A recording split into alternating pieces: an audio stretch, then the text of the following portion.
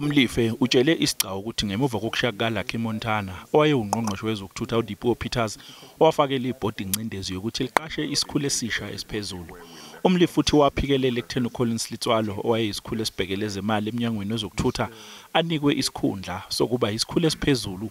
Wathi uLitswalo wayebonakala ukuthi usetsheliwe ukuthi akamise uphenyo olwalwenziwa inkampani iVerksman. Molefe uthi uPeters kungenzeka ukuthi waxoshelwa ukuthi akazange akwazi ukuhlakaza ibhodi ngokusheshsha.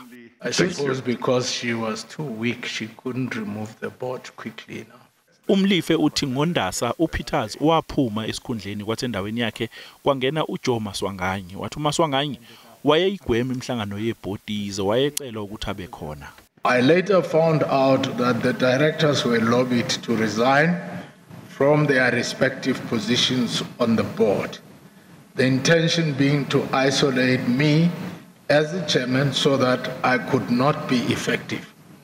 Molefe uthi ibhodi lalingaphansi kwenkulu ingcindezi yezombusazwe eyayivela kowayengumengameli wezwe uJacob Zuma, owayengqongqoshe ehhovisi likaMengameli uJeff Radebe kanye nowayengqongqoshe wezokuthutha uDipuo Peters, nokwakuyingcindezi yokuthi abuyise uMontana kwesokuba isikhulu esiphezulu.